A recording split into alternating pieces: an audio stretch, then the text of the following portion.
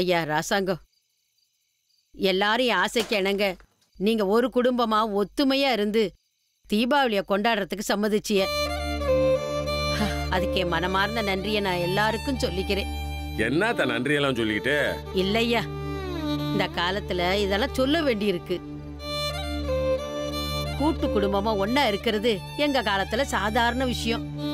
ஆனா இப்ப ஒரு குடும்பமா ஒன்னா இருக்கிறது பெரிய இமாலய சாதனையால இருக்கு.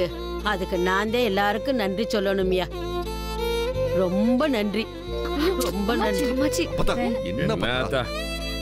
ஏன் அத்தா இப்படி எல்லாம் பண்ணிட்டு இருக்கிய?